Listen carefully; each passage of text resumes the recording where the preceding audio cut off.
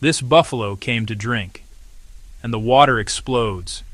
A crocodile launches out like a torpedo and clamps down on its leg. I'm on the edge of a dried-out river in the late afternoon heat. Dust in the air, bellies empty. Every hoof step crunches like broken glass. The herd needs water, but the river is a minefield. Look closely, those ripples aren't wind. They're lungs exhaling. One wrong step and the mud becomes a trap door. The buffalo lowers its head. Muzzles touch the surface. Then, bang. A prehistoric jaw snaps shut. 3,000 psi of pressure. And time slows. The croc drags sideways, searching for deeper water.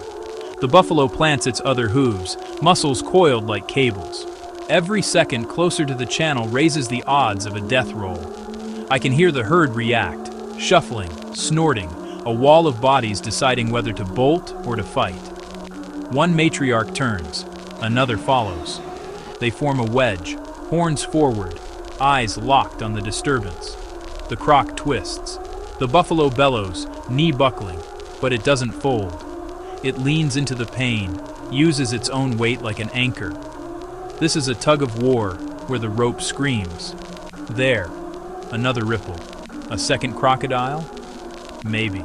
Predators know the panic clock is ticking. If the buffalo reaches the drop-off, it's over. The matriarch charges.